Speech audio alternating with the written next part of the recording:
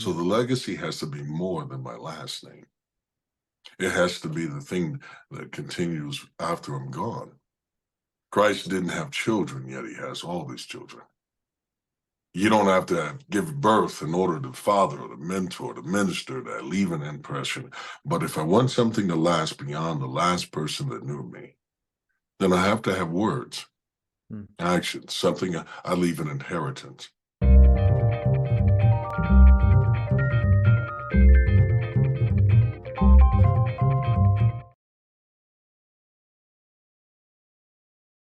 Hey everybody, welcome to the Levelin Up podcast with Brigham Blackham. I have the absolute motivator today, James Dixon, on, and I'm so grateful because he absolutely knows how to obligate to motivate. He has helped hundreds, if not millions of people absolutely change their perspective on what is possible in life. He's got a handful of ways that he's going to help us today, and we're just going to have a great conversation. So, James, welcome to the podcast. How are you doing today? Brigham, I'm doing great. Thank you for having me on. And when you said, people, you said hundreds, if not millions, I may have began with one, and then it went to hundreds, then thousands, then millions. All of us have a responsibility to duplicate our gifts, our spirit, our talents. And I'm just honored that you would take yours and invest them in me today. Oh man, thank you so much, man. I love this topic of motivation, and I've been watching a handful of your videos, and you do some of the most unique things with really powerful sound bites. You find people that have extremely useful information, motivational information, and you compile it in such a unique way that anytime I listen to your videos, I'm like, oh, I just got to go work out. I just get pumped, and I love it. So thank you for the hard work that you put in and what your producers are doing on YouTube and all that. It really shows the energy and the care that you put into every single video. I appreciate that. Oh, As a creator myself, I know the hard work that goes into it. So let's start with this. When you think of the word motivation and to obligate to motivate, what first comes to mind? I love how you said that. So I'm going to break it into two different aspects. Obligation has to do with responsibility and duty. Mhm. And mine is born out of experiences. If you have a duty, it dies if it's just, I'm supposed to do this, because roles die, but Mhm. experience always lives. When it comes to my obligation, I feel like I'm compelled, I'm called, I was born with the responsibility to live up to the expectations that my grandmother was investing her life into me. And one of her biggest fears was like, listen, I'm retired, I don't have to raise kids anymore. But if I'm going to do it, you can't waste my lifeline. So she put time into me, and the responsibility was that you grow up and become someone and give. You have to return on investment for me. And so the obligation began there for me. Someone gave to me, therefore I give to others. It's a responsibility. Now, motivate, that's a little different.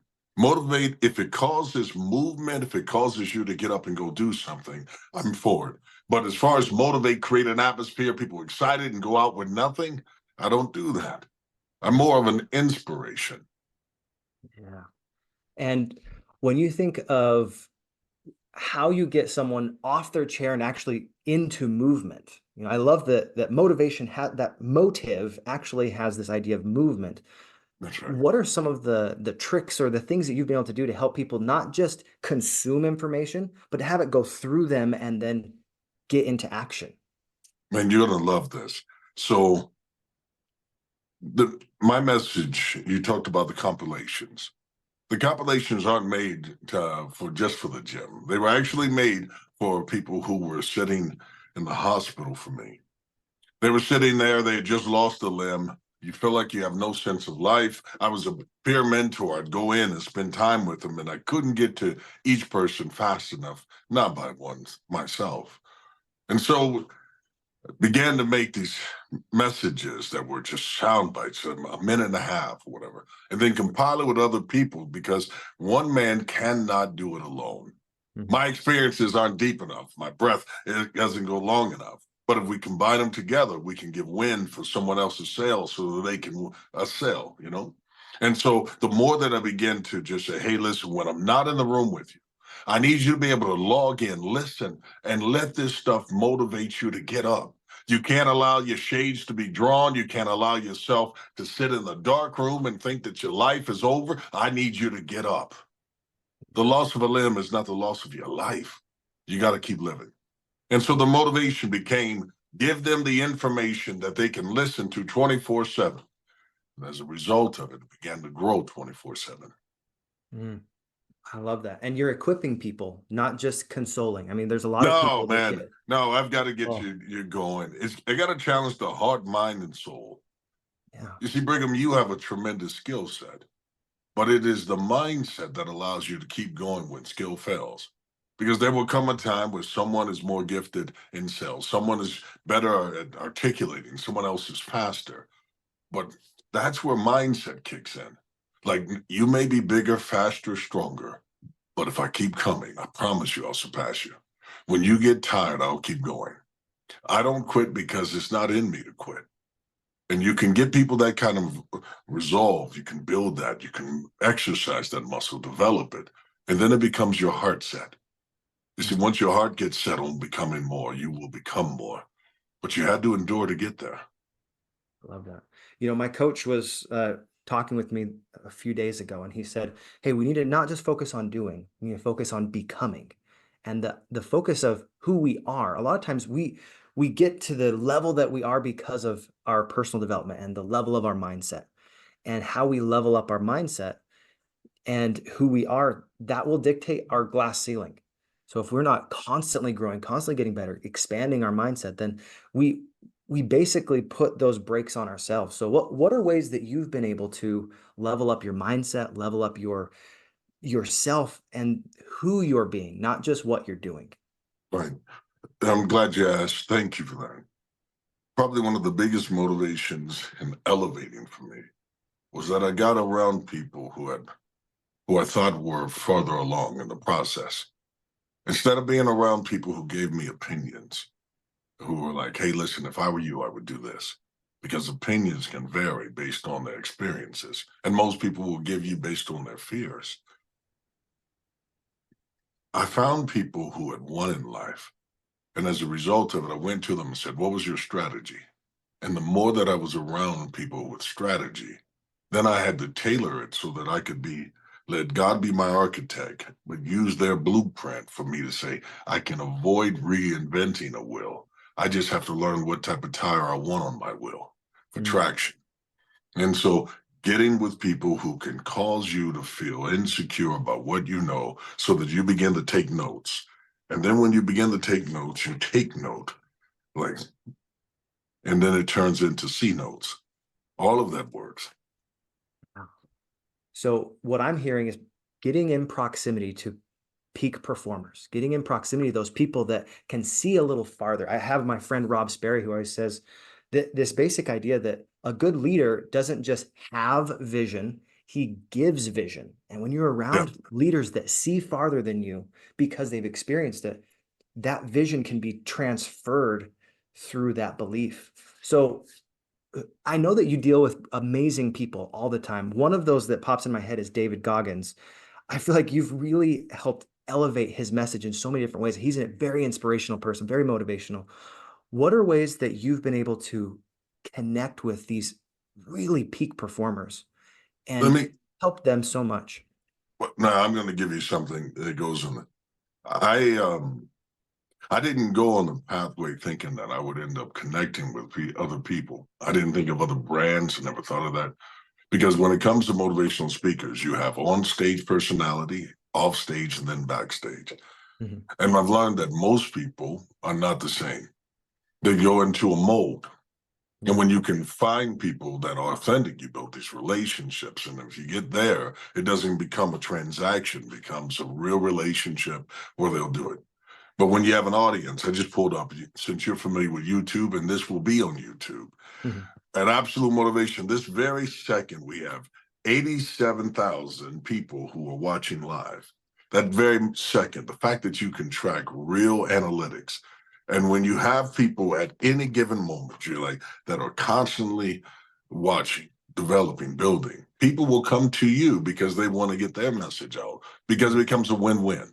So it's not just, hey, they have content, but without a congregation to listen to, they don't go anywhere either. So I have a congregation, they have content. We put this together and we create this atmosphere for other people to grow. And so the speaker grows as well, because the congregation gets tired of just one-liners. If I only say to you, get ready, and that's it, that's my catchphrase, get ready. Or like Mr. T had one, I pity the fool. Well, Yeah. how long are you going to pity a fool, right? How many times can you say it before it gets old? Or you become just that. See, when it comes to word, man, word leads to worlds, and these guys entertain the world. The only difference between you and them is the fact that they get a larger exposure. Maybe that's the difference between the word word and the word world, is the L. Is they have larger exposure, but you can get the same thing. It's just about proximity with someone. Brigham, you bring something amazing. You always have a great personality. You have a great attitude. You are asking people, how do you level up? But you're leveling up yourself. You invest in yourself. You think about small things like when you're talking to me now, so that you don't bleed into the background. You have the soundboard behind you that works, but also gives a color contrast. You have this beautiful lilac lights that are behind you to give a different feel. Plus, you have the plant. Small things that make a big impression so that you can imprint on other people's lives. They do it, but so does Brigham. Goggins is no better than you are.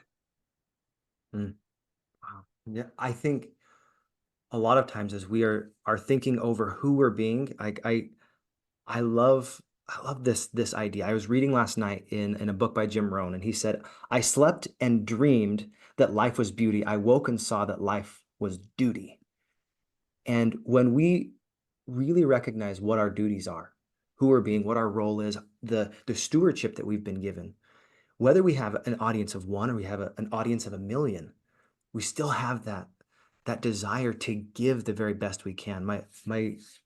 My whole role is, how do I help the people that are in my audience, in my congregation, the way you said, let them know that I care about them enough to share my experiences, to share the pains that I've gone through, to share the things that I think will equip them for the future.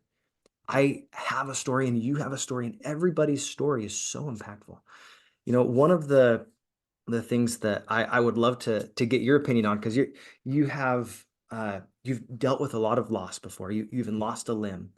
Right. What are the ways that you've been able to cope with those losses?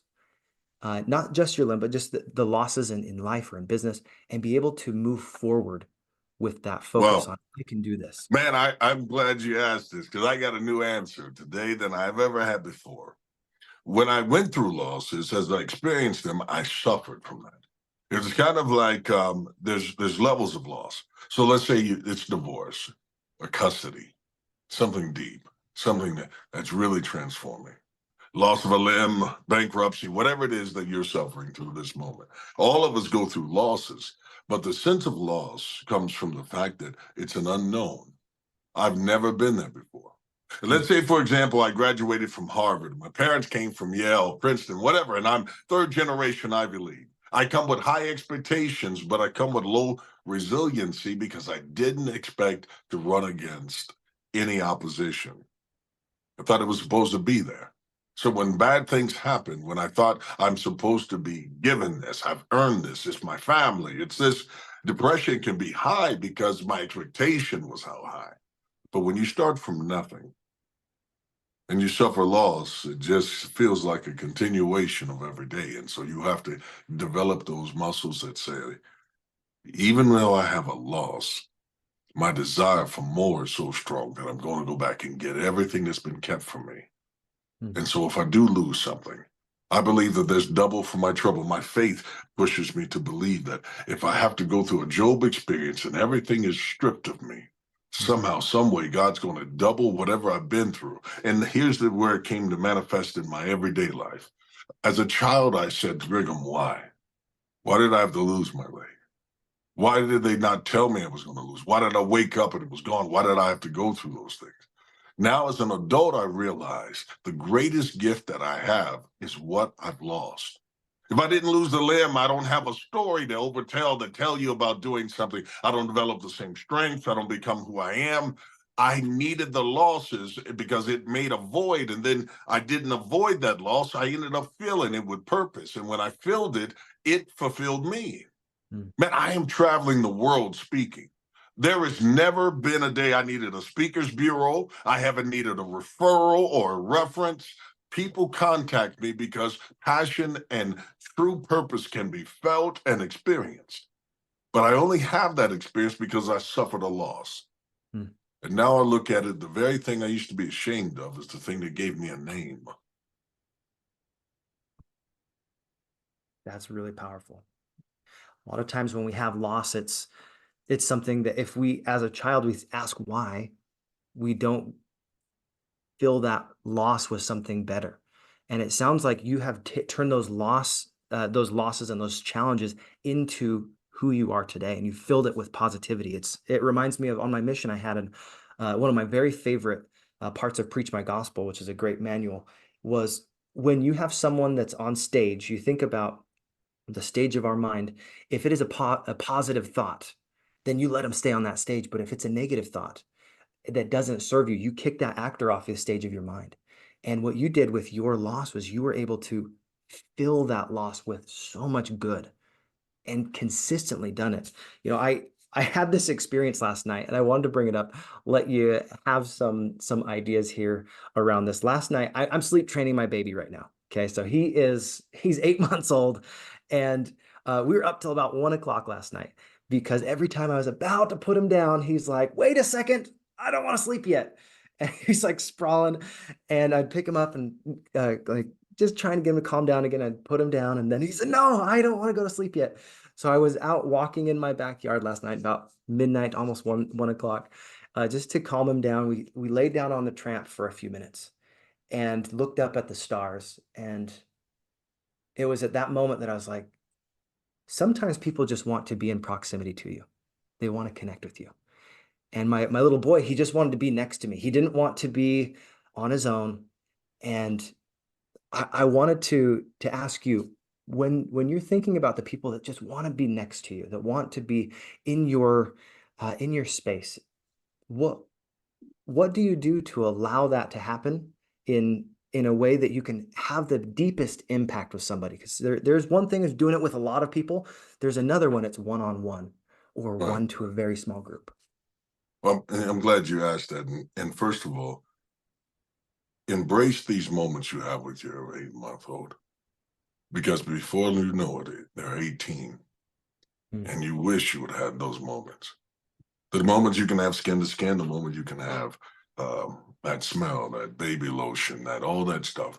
Embrace every freaking moment you have. I promise you, you will not regret it.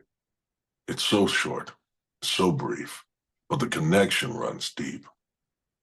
And then let me say this, when you asked about proximity, um, I look at it oftentimes that uh, growing up, I felt so many moments of isolation. It was just me. I'm an only child by my mom, raised in an environment with seniors around me. So I gained a lot of life experiences with them. And I was the one who needed that proximity. Coming out of surgery, laying in bed with my grandmother, even at 12, because I wanted that proximity. Times I would be healing or going through, but I got accustomed to that connection. But the connection was because I would hear her breathing. It would calm me. I would hear her talk. She'd wake up. It was the embrace. Mm. And because I've known the power of being connected to people who are like a battery pack, man. You plug into them and they charge you. Yeah. When people come to me and they're looking for some kind of connection, whether it be one-on-one. I can remember I was in Las Vegas, I was speaking for a group of veterans there. And a lady is sitting there and she has a hat in her hand. And she's waiting after I finish speaking. Everyone's in line. She gets there and she said her son had taken his life. Mm. And she had brought his hat. It was close to her, and it had just recently happened. It was fresh. And she was like, I wish he could have heard you. He might have still been here. And at that moment, I knew I couldn't just give her an autograph of a book or shake her hand and say, thank you for coming by and sharing this with me. But to take a moment with her, to embrace her, stop the line or whatever it is, and just take whatever time was needed because she needed a son at that moment. Mhm. You know, for the one that was gone, that couldn't give her that hug, that couldn't give her that embrace, she needed that. And so I became that for her. But it also fills a void for me because with my grandmother gone and with my own mother not there at the moment, she became that mom for me. We give and take. It is not just proximity for us. They help further us in our calling, and we help further them in their motives and their mission and their purpose. And so it's important that we continually remember we came to serve, not to be served. Proximity is everything for them, but it is also that for you. Yeah. If you were to gain the whole world and you were the only one here, and all these houses were just available for you, you could walk into a 20,000 square foot home, right? Enjoy it, run around, but you would immediately begin to feel lonely and isolated. It is only enjoyable because there are people to share life with. So never get to the point where you don't want people in proximity because it is just for a moment, and that moment can ring in eternity. Mm, that's beautiful. And that really reminds me of one of the biggest purposes that we have is to build relationships. That's one of the only things we can take with us when we pass on is that relationship. It's like a string that's connected in between us, between our family, between our friends. And that connection, it can get stronger and stronger even after we pass because of the things we leave behind, that legacy. So if I could ask you this, what is the legacy that you want to leave in your life and for your family and for those that interact with you? Well, this is awesome timing because I was just having this conversation with my son. So James Jr. carries my name identically, but he is his own individual. Legacy for me is not just my name because, you know, at some point there may be a daughter born and the last of that bloodline and the last name changes. So the legacy has to be more than my last name. It has to be the thing that continues after I'm gone. Christ didn't have children, yet he has all these children. You don't have to give birth in order to father or to mentor, to minister, to leave an impression. But if I want something to last beyond the last person that knew me, then I have to have words, Mm, actions, something I leave an inheritance. Martin Luther King is not related to me, yet I relate to him. Because when he talked about having a dream, what he embodied standing in front of people at a time that was critical in the country's makeup, when he spoke about accountability and becoming more, mm, those words resonate and they live beyond what we don't have at this very moment. Is legacy because we think a legacy is just about money. But if I leave just money, what have I left them? Something to spend. But if I invest in them, if I can pass on traits, if my kids can understand that if I had a string of alcoholics in my family and then it came to me, I was supposed to be the generation breaker, right? Of curses, stop the alcoholism, stop the abuse, stop the abandonment, all those things. And then I infuse something totally different into the bloodline that can ring. That becomes my legacy. If I can go ahead and restore honor to the family name. If someone commits a crime and that stains the family name in the paper, then I go out and I get the President's Lifetime Achievement Award. I help restore it. So legacy becomes a thing that all of us can stand on. It's the foundation for the family. And they can build upon it and say, I come from great stock. mm. That's beautiful. And one of the things that reminds me of is a lot of times the lessons that you share with people are not in word. It's in Mhm. how you respond to life's hardships, how you respond to loss, how you respond to the good things, the bad things, everything, because we want to welcome all experiences. And one of the things I've noticed as a speaker is as I take notice of the highs and the lows, those dynamic moments of life, they happen for us. And when we can package them in a way that can equip somebody else so that they don't have to pay full price for the lessons that we paid for, Yeah. we can open up some awesome things for for that relationship. So thank you for sharing about legacy. I think that is brilliant. A nice little cherry on top of that. So one of the other things I'd love to talk about is uh, when you say you do something, you do it. There's integrity behind your choices. And when we say obligate to motivate, I've been going through a health transformation the last 3 months. I've been very, very focused going to the gym every single day. And I started at 245 and now I'm at 216 today, which has been awesome. Been crushing it. But one of the things I noticed was as soon as I didn't just say, hey, I'm going to do this thing, it was a commitment. And I said, I'm going to do this thing. And I let everybody else know. And I started creating an obligation to myself and to others. Yes. That was the linchpin that let me take more control of my life. So for you, can you think back on your life and maybe find one of those moments where you're like, this is when I made a change from this would be nice to I'm going to do this and I'm fully committed. Oh man, I'm going to give you one you'll love. So this is I wanted to play basketball because I wanted to do something people said I couldn't do as an amputee. Mhm. And I set that goal before I'd ever learned to walk. I was 11 and still had never taken steps on my own, not independent. And so I decided I was going to play basketball, and I tried out for the basketball team at 12, just months after learning to walk. Went to the tryout, and they started doing suicides, death valleys, running back, touching all the lines. I'm doing all that stuff. And I got cut from the team the first day of tryouts. And I felt rejected. I felt humiliated because I was the only one. Now, some say, well, you had a high expectation for yourself. No, it was a dream. I needed it. Not just like envisioning like a goal one day. I'm talking about I needed it to validate that I am a man, I am human, I got value, I am more than a cripple. I needed this. I need to make this team. And so Yeah. I go back and I was like, Coach, what do I need to work on? And he's like, he's just trying to be polite. And it was like, maybe it's not for you type thing.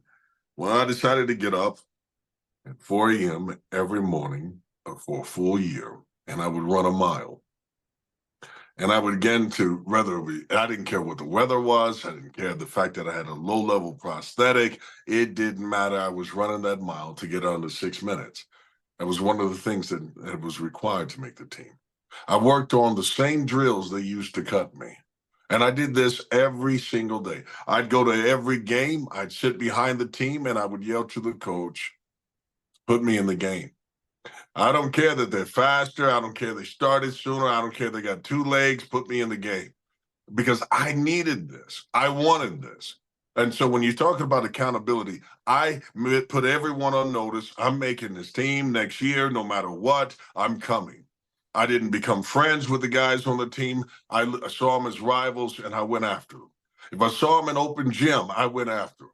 I didn't shake hands. We were enemies because they had something they didn't even understand what it would mean to me. They Mhm. took it for granted. They giggled about it. It wasn't fun and games for me. It was everything. And so I put it on notice I was coming. And so the next year when it comes, now I'm on notice to everyone. And so we start running those valleys. And he said, until the last person bends over and grabs the bottom of their shorts, we keep running. I never did bend over because I was refusing to give in. If you knew what it cost me to beat me, you'd understand. And so when you think about the weight you lost, you're not just losing weight. You're making it so that you can carry more weight. The weight of your bloodline, the weight of your family, the weight of expectations. You have to embody the message. And then you teach people the methods. You're already on your way. And so if you were asking, yeah, make it known and make it loud. And then be held accountable for the fact that you made noise. And then when they turn to see where it came from, you can stand there and say, it came from me, came from the inside of me, and I'm not going to quit. I love that. Great, great recap of what's possible when you are not just consistent, but you're committed. And I remember it was probably 2 weeks ago, you had a little post about how you're playing with your boys basketball, and who was it Oh, that won? Who was it that won that yeah. game? Yeah. 50 or not, man. But we have to play 18, 17. They're still not ready. There's no way in the world because it costs me too much to be me. You want it, you got to come take the crown. I'm not giving it away. I love that. My dad, he taught me the same way. Like I played a lot of competitive ping pong growing up and played against college kids when I was little. And he would never let me win, period. So when I won, it was actually meaningful. It Yeah. took me until high school before I beat him the first time. And Mhm. it years of playing and getting all of the movements in, you never know what that type of competition does for you until after the fact. You know, Yeah. that that's huge because sometimes if people just give it to you, you don't appreciate it. Kind of like those kids on that team, they didn't appreciate it the way that you Yeah. did after you did the work for a whole year to Right. earn the right to be on that team. So, man, I love that story. It's so good. One of the other elements that I'd love to dial in on uh, with obligating to motivate is this idea of complete and total responsibility. There's a lot of people that say, "Oh, I wasn't in my right mind," or "I wasn't feeling well today, so that's why I made X, Y, or Z excuse." What do you do to make sure that you take absolute, complete, full responsibility for your actions, good or bad, in business? Because I think that's what leaders do. Let's go there for a minute. I'm going to give you a lesson learned on how to take accountability for what you do. So my grandmother had chickens and lived in the inner city, but we had chickens. Mhm. Didn't matter whether they were legal to have or not. My grandmother did it, so it was going to be done, and no Awesome. one was going to stop her. So in the backyard, we had a chicken coop, tons of chickens, some roosters and stuff. I had some cousins who came to visit, and they weren't accustomed to having chickens around them. And one of the older cousins said, when you grab their neck and you circle it around and you pull it, they'll go to sleep. Put Coke in their mouth, give them a few minutes, they'll get back up. I said, I did not know that. That's an interesting fact. And so we went in the backyard, and there's about 8 grandchildren, and we're just grabbing. We ring about 30 chickens, and of course, roosters weren't going for it. So we go out, we do this, and we go to the store. We take all of our Coke bottles that you could, at the time, you could take them over and get a 10-cent back for every empty glass bottle. And so we take them over 12 bottles, we get a full $1.20 out of it. And so you take the $1.20, you buy a whole new Coke. So I go back home, and we take the top off of it, and my cousin was like, just put it in their beak. So I put it in, and then he said, now, I said, how long do we need for them to get up? And he said, oh, it's going to be like an hour at the most, hour at the most. You'll be back, they'll be up with a lot more energy.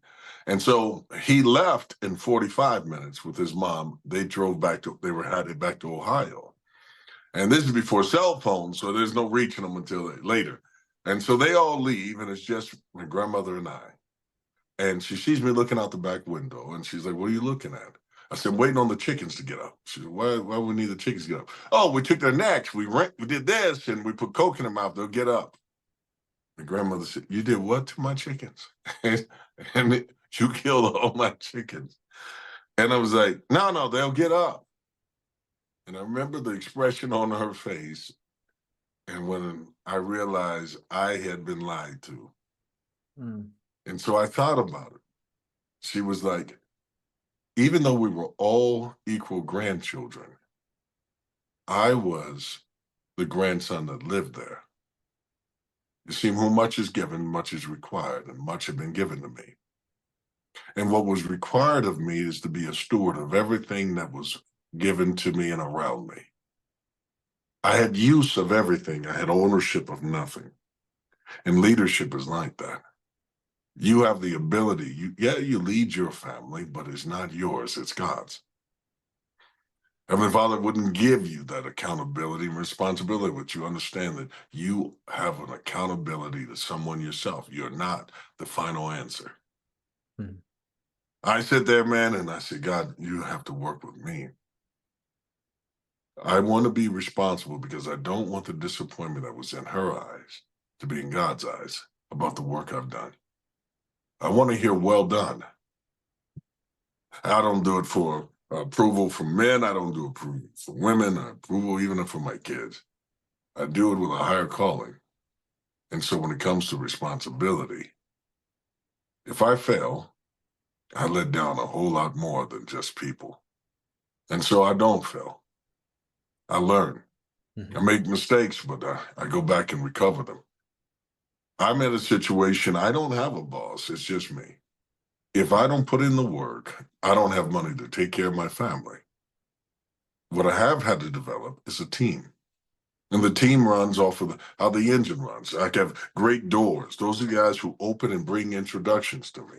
I got a great guys who work as the trunk. I mean, they collect the stuff for me and keep it safe for me. They were like, hey, we have this. Those are accounting people. Yeah. But the engine, that's you. Brigham, you have a responsibility to stay revved up, stay primed, because they can only go as far as you can take them. That's really powerful. Now I'm curious, what did your grandma have you do after she found you got the 30 chickens? Man, listen, let me just tell you, I had never, today she would go to jail for what happened. Let me just say, they used to have a thing in the inner city. They like, go get me a switch. Do you know what a switch is? Yeah, long stick. Yeah. Right? So Oh man. listen, man, I would come back with one of them twigs. Like, here you go. Said, nah. Grandma come back, man, and that thing was a Mind tricks treat. on you. Go find the right switch. You're like, oh, this is too big. Yeah, Oh, man, no. I didn't want the green ones because they're flexible, they last. Yeah. Yeah. So I was like, oh no. When the consequences for your actions show up. But I gotta admit, man, it was fun when we were all doing this. It wasn't fun when she was doing this, though. Mm. And it was the only time I ever had to be disciplined by her that way. And it was because it cost her the ability to feed us the same way. Mm. You see? Wow. That was meat. That's your breakfast. That's your dinner.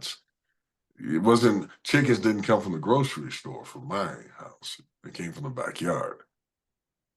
When you realize that everything you need is already within you, you don't have to go without.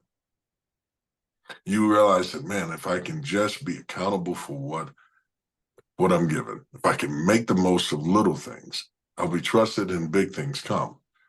I didn't get a large crowd initially, but I didn't have that at all. In fact, I had to be sincere when it was just conversations with myself, honest, right? When I'm feeling down and feel depressed and I had to talk and I couldn't speak first person because self-doubt would kick in as well. It's almost as if two things are sitting there and one conversation I'm saying, it's like, hey, you can do it. And the other one's like, but you didn't do it last week. You didn't do it yesterday.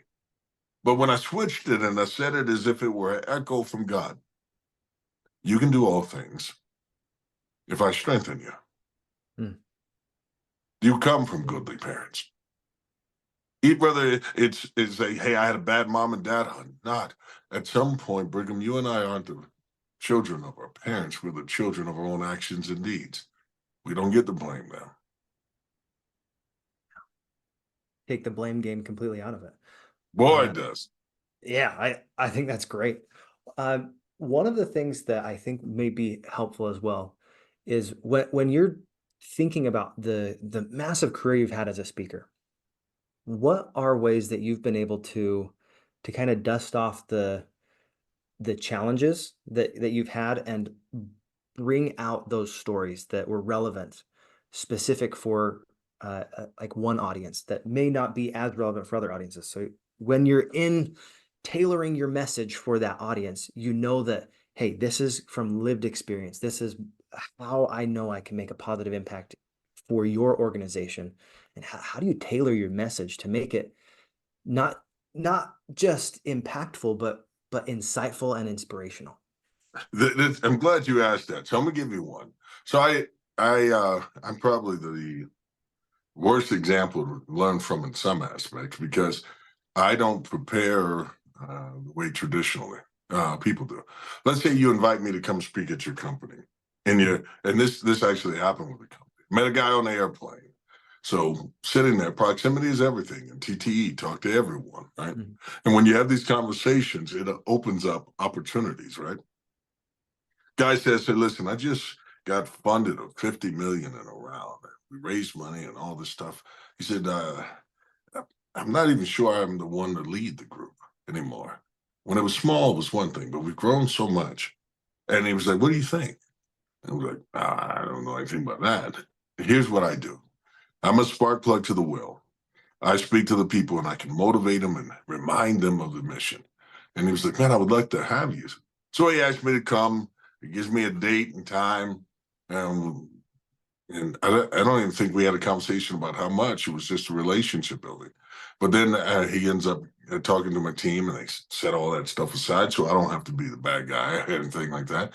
So I get there, and the things that he asked me to talk about, I've been kind of swimming around in my head with that idea.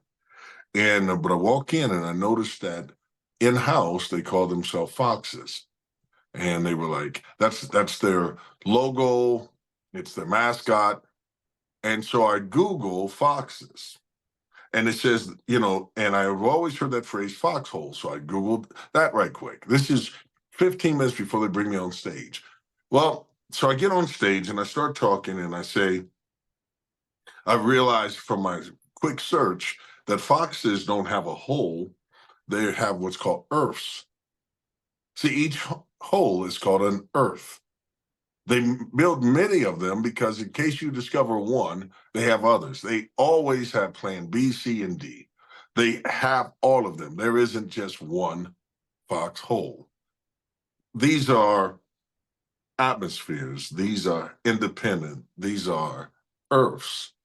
And so I began to look at it and I broke it down. The message then became I used their sales department as an earth, an atmosphere. And I began to put it together and I was like, all these different planets align and it creates a solar system.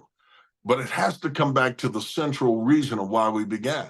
And so then it became a journey through space and to realms unknown to discover that there are other places that are inhabitable. If you come from this department to that department, but that we are reliant upon each other, even if it doesn't seem it. One of you may feel like you're the earth and the other is the moon, but you need that because it affects what happens on your atmosphere. So the message just evolved on the spot from a Google search 5 minutes before. So how does that translate for everyone else? If you put in the number of reps, when you were on your mission, every time you knocked on a door, every time you shared your faith, you got in a rep. Every time you did it sincerely. Before you left, when you spoke to your ward, when you came back and you spoke, that was another rep. Mhm. And as you put in all these reps, all of a sudden you have all these lived experiences from every place you had gone, every time somebody told you no and you learned. And just when you thought that no one was listening, someone said, "Hey, are you worthy to baptize me?" All of a sudden, now you have all of these experiences to draw from. And so it's not that I needed to read a book, write down and say, I have 4 things to go over with you. Forget the 4 things. Man, I have things to bring forth out of me that will help move you forward. And my lived experience is worth gold. Absolutely. I love this idea of not just thinking, hey, I have to have this specific speech ready. It's Yeah. every experience has equipped you to be who you are in this moment at this time. So you can show up and say, what does this message need to be for this specific environment, for these specific people? Even as something as a fox, as simple as a fox can inspire. And then for my Sunday school class that I teach, we talked about being an instrument in the hand of God. We're his instrument. We are not the person that's the musician. If we let God play us and have that melody come through That's a us, win. that is the way that we know that we're doing the right things. We make sure that we're in tune. Yes, we make sure that we are available. And when he calls, he says, "Hey, go do this." And you say, "Absolutely." He says, "Jump," you say, "How high?" You take the friction completely out of it. And that willingness to be of service, I think, is so key. I was listening to David A. Bednar talk uh, about the 10 virgins. It was a few years ago in a conference talk, and the difference between the 5 foolish virgins and the 5 virgins that were prepared, it wasn't in the day that they were prepared. It was in the weeks, the months, the years prior that Yeah. mattered. Those little drips of oil to put their vessel ready, so that Mhm. when that bridegroom came, when the Savior comes, they were ready. Because Come on, sometimes man. we don't There you know go. when we have that, right? We don't know when Yes, he's coming. sir. Yes. Yeah. Man, that's gold. It is a fact. People are like, James, you're an overnight success. Man, if you knew how many nights I struggled and Mm, what it cost me to be me. mm. That's why when people are like, hey, let me get on stage with you. Mind, hey, I thought you'd open up. It's like, if you knew what this cost, you wouldn't ask for it lightly. And if you understand, because, man, there's so much invested, uh, there must be a return, man. You know? Let me tell you, so I've got some big things coming, man. There are movies, there are opportunities. And I'm not talking about acting. I'm talking about movies about my life, my story. I just sat down with I've got studios, man, that are negotiating now. And I'm looking at this and I'm like, man, if I had stayed on mute, I'm never here. But it wasn't that I came off of mute this year. I started speaking up. I started speaking for him, and then he allowed me and trusted me to talk to them. Mm. And then it evolved, and I realized that I needed to stop hiding. I needed to stop being safe. You see, most people are afraid to bring up if something bad happened in my family. I don't want to say it because it might embarrass people. And so we protect it, right? There's some people who are sitting on best-selling stories. There are some people who are sitting on life-changing strategies, but they're afraid to talk about it because they're waiting on someone else to die. You've got to live so that you can let others live abundantly. Love that. Got to live out loud. Off, take that mute button off. What a great way to Yeah. summarize this. Thank you so much, James. How do people find you online? I mean, you're everywhere, but how do people find you Listen, online so they can keep connected with you? listen, they can find me through you. I came here for you. Thank you. Brigham, you were worthy. You were an honorable man, and I'm honored to be with you. If someone wants to search me up, they can do so through you. I'm not going to plug or support of anything other than you. Leveling up is not only, it's a mindset. Mm. It takes someone who will help you um, hold your hand when you're unsure. Where do you go from here? Brigham, you become that person. This is not the last time we will talk. Oh, This no, is just the first, my friend. for Bless sure. you. Thank you for the opportunity to speak to your audience. Absolutely. It is a pleasure to have you, and I'm excited to continue to build our relationship. I love you, man. Oh, Thank yeah, you it's so on, much. man. All right. Well, you have a Thank you, wonderful sir. rest of your day, and God bless. God Take bless care. you.